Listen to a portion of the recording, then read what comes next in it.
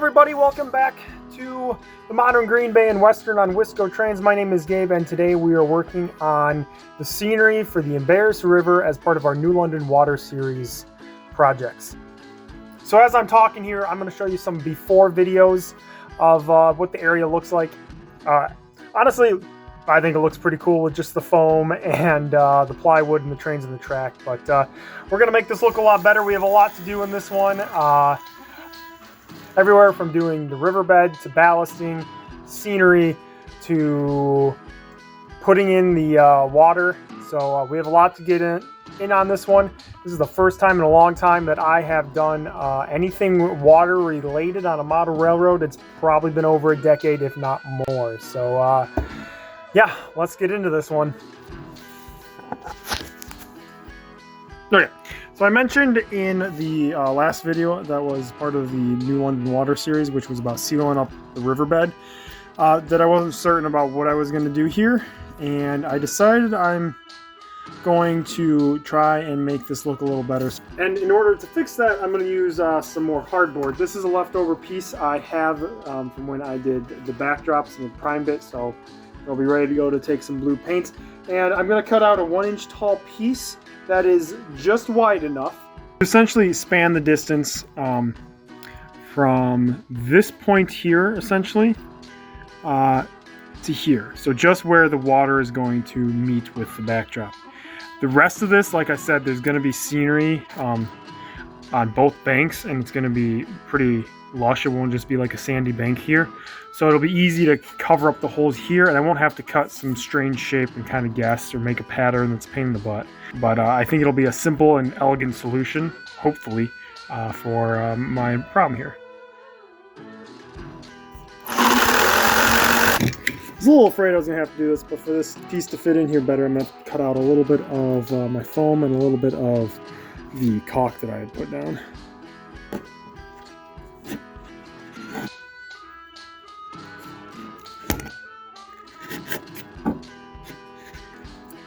I have really been liking these tweezers lately. Bought them at Hobby Lobby for the Hobby Lobby brand, but they've been working really well on some projects. They were worth the cheap amount of money I paid for them.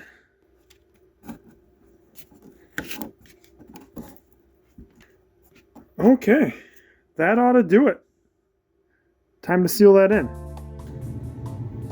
Okay, I'm just going to seal this in using the Alex Fast Dry that I used in the last video on sealing up the riverbed. Okay, I'm going to let that dry overnight. And next we're going to work on just doing some ballasting here quick in this portion, because I plan on finishing all the scenery here while I do the riverbed scenery.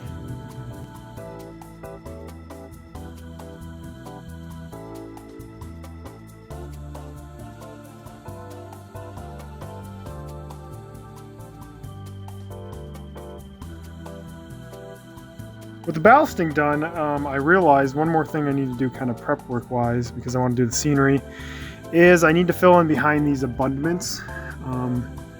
When I put it in, I was just trying to make sure I had enough room to put them in, and now I realize I gotta fill that in with something. I'm sure plaster would work, but I have that silicone caulk laying around, so I'm going to use that.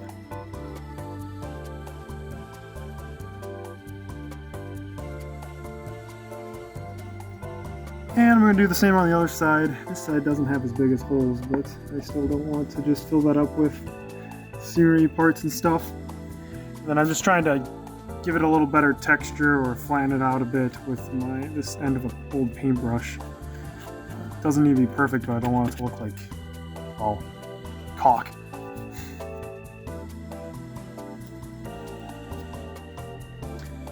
Next, I need to paint this new part of the backdrop blue.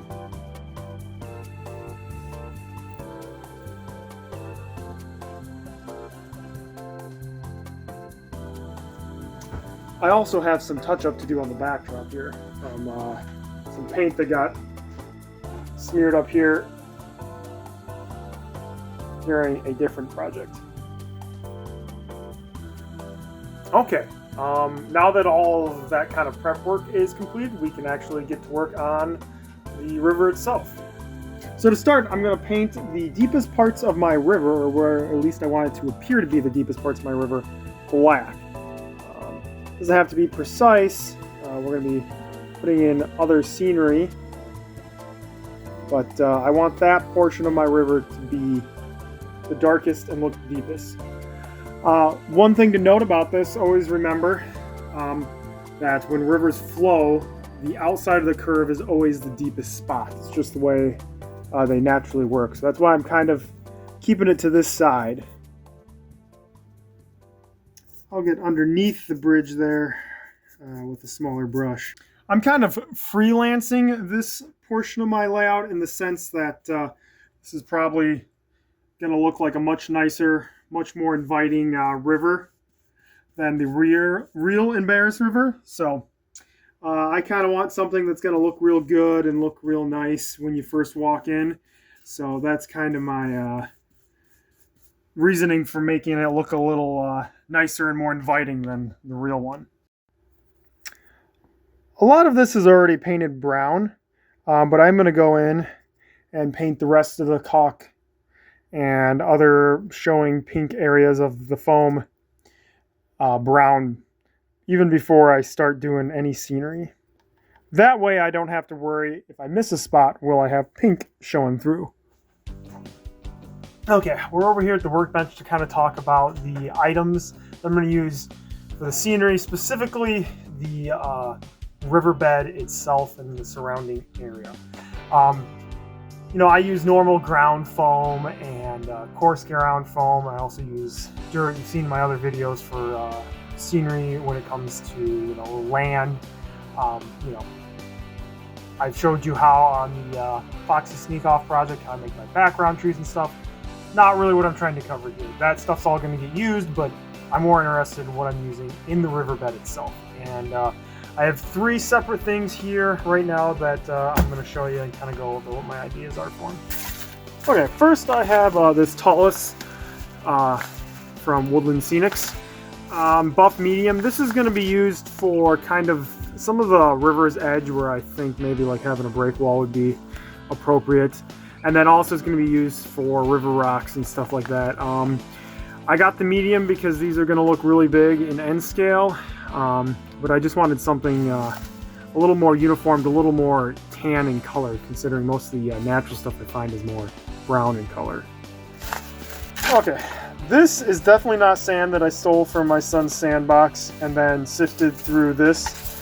It's good natural sand color, can't complain about that. It's got some bigger pieces in it that'll kind of make it look like, you know, how real sand does. Is it 100% to scale? Not at all, but it's definitely going to get the job done on the edges and stuff, and I think I'll give a real good realistic look, especially with the realistic variations. And then I have this. This is a combination of rocks that I have sifted out of the sand, and also rocks and other objects apparently that I sifted out of some dirt that I took from the backyard. Like I said, I use real dirt in my scenery, so I sift it, and some of these bigger rocks will make for better, more scenic rocks and kind of break up the look of that talus. Okay, so like I said earlier, this is my first time in a long time doing any water feature scenery. My idea here was to start from the bottom and kind of work my way up. So I'm starting with sand on the side of the riverbank. I figured smaller items first, and once I get those down, I put down some of the larger items such as the rocks and the talus. I also was using my brush to kind of clean off the black portions of my river, just so that it still retained the image of depth once we pour the scenic water in there. Decided it needed some larger rocks, so I put those down. And I also decided to pile up the rocks in areas that I thought that they would collect in kind of the shallower areas.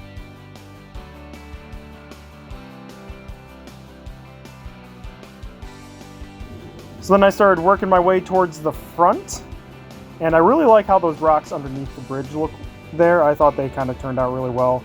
And my plan here was kind of have it sandy underneath where the bridge is. I'm going to put some ground foam there later. Putting some rocks here in the really thin portion to make it look like they collected as the river swells. Here's kind of what the overview looked like. There's some bare spots that needed some attention, and I fixed those up. Then kind of the normal thing of wet water, which is just water and a bit of detergent, and then using scenic cement that I mix up myself, which is just water, white glue, and a little bit of isopropyl alcohol to help also break up the surface tension. And in this case, I like to use a lot because I'm dealing with larger objects, such as the tallest and the rocks. I find a little bit more glue, a little more scenic cement goes a long way. Here I started painting on some white glue because I wanted to make it look like they were doing some sort of erosion control here. And this is where I used a ton of the tallest to make it look like they piled up the rocks here to kind of keep the river away from attacking the rail line here. The real Green Bay and Western dealt with a lot of floods and stuff, so I figured this would be a realistic little touch and something that maybe some people would notice. At the edge, I poured a little bit of sand in some of the bare spots in the middle, just to kind of give it a better look, a little more finished look, a little more realistic look. Cleaned off the black portion again, and then again I used a ton of scenic cement here. You'll actually see it pool up a ton on where the riverbed is going to be.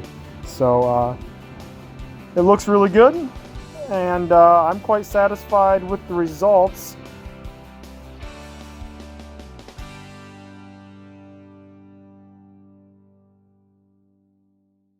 Okay, as you can see, I have jumped ahead a little bit. I finished a lot of scenery on the layout around the river. It's important to remember when you're doing water to make sure all the scenery around it is completed, because your scenic cement, your hairspray, whatever it is you use, can craze the water. Some things to note: I put a little bit of coarse ground foam underneath the bridge where the abutments meet the sand, because there's a little bit of a gap there to hide that. And then for a little bit of scenic interest, I added a access road to where my switch is to Grand Valley Forest Products. I figured you got to have access to the switch so you can work on it, and thought that would kind of be a nice little detail. So next is pouring the water, and I'm going to make sure that this is 110% dry, so I don't have any of that glue or anything mixing in with the water and crazing it. Once I'm sure that everything is 100% dry and we're not going to have any issues with that, I'm going to start pouring water. Okay, it's been a few days, and I'm fairly confident that my scenery is nice and secure. I'm going to be doing a deep pour water. So I bought realistic water from from Woodland Scenics. I know deep pours are not in vogue right now, but I always thought they looked good, and I've never really gotten a chance to do one, so that's what we're going to do. So we're going to have to do a couple layers of this. I'm going to color it with some sage green water tint. The first layer is going to be the darkest, and I'm going to work my way up. I think I'm going to at least have to do 3 layers, maybe 4. It just depends on how deep they are. They should really only be 1/8 of an inch at a time, but we'll see how much that, how well I stick to 1/8 of an inch. So I'm gonna mix this up. Okay, so I can color it. I'm going to pour it into this container. It'll also make it a little easier for me to pour it into the river. I'm really not sure how much to mix up, but I do about that much, I think. Do a little bit more. Shake this up, and I think I'm going to try 3 drops to start with, and we'll see how that looks.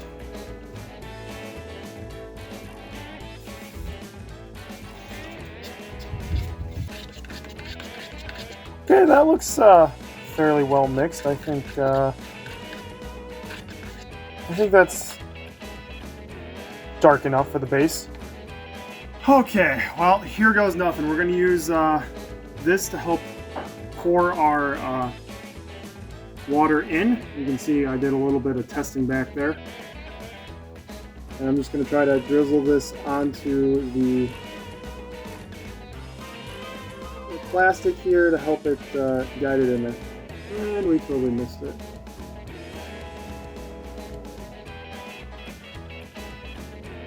Should be somewhat self-leveling. I'm going to pull it out from there.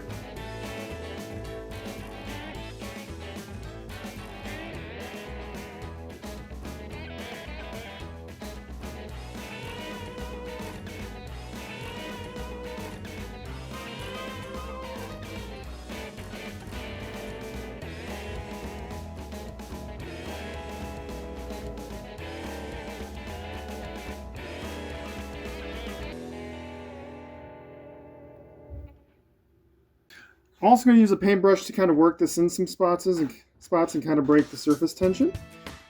Just to get it into some spots it doesn't really seem to want to go, so that it's nice and even. Don't want to work it too much because I don't want to introduce more bubbles, and then I'm going to try to get rid of all the bubbles I do see. There's certain spots it's going to look really weird if it's not pushed all the way up against the shore and doesn't have a, has kind of like a lip. So that's what I'm trying to do. And I'm sure a lot of this will self-level after a while. And looking back here, there's some spots that kind of need a little bit of hope. Okay, so I got a little bit of water right here that I poured on. And I'm going to fix that with just a happy little bush. And once that water dries, the scenic water dries, that bush will be glued in there real good. So I got some bubbles here, and I am going to try to get rid of them. Another totally unapproved, please don't do way to get rid of bubbles is a little bit of heat. Just don't catch your scenery on fire. Do as I say, not as I do, kind of situation.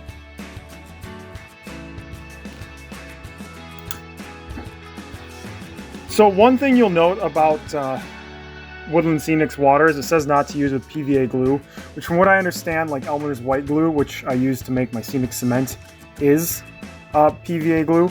It's because you could get the white glue reactivating and causing a murkiness, white globs underneath. Now, I did some testing and found that it seems to be only big globs of glue. The scenic cement I've been using wasn't going to cause an issue, but I do kind of want to warn you about that so that you don't have any issues with it. The next layer of scenic water, I decided to go with a drop of green and a drop of brown to make it a little less opaque and also to tone down the green color.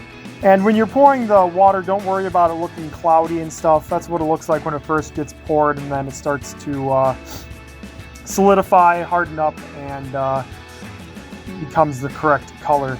Another problem I had, and the reason I did 3 layers, is in an area where I had my rocks. It looked like it wasn't quite high enough to cover. It was, the water was above it, but it almost kind of looked like it was a hill on top of the rock. So I decided to do one last layer, and for that I did a drop of blue and a drop of green to kind of lighten it up and kind of make it look a little nicer for the top layer, and hopefully make the river look a little more inviting. But yeah, I just used the same techniques. I waited about 24 to 36 hours between each layer of scenic water, and it seemed to work well, and I didn't have too many issues doing it.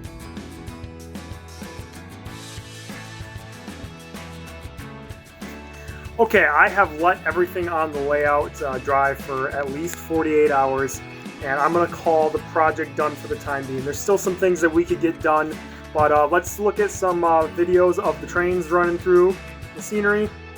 I still think maybe the scenic water needs a little bit more time to dry. Still just a little bit tinge of the milky white, but otherwise it's looking great and is just about the color I want. So hopefully this has inspired some of you guys to get out of your armchair, stop watching YouTube, and go do some scenery on your own layout, especially when it comes to water features, which are, you know, I'll admit, not exactly the easiest things to do, but they definitely make the layout look great.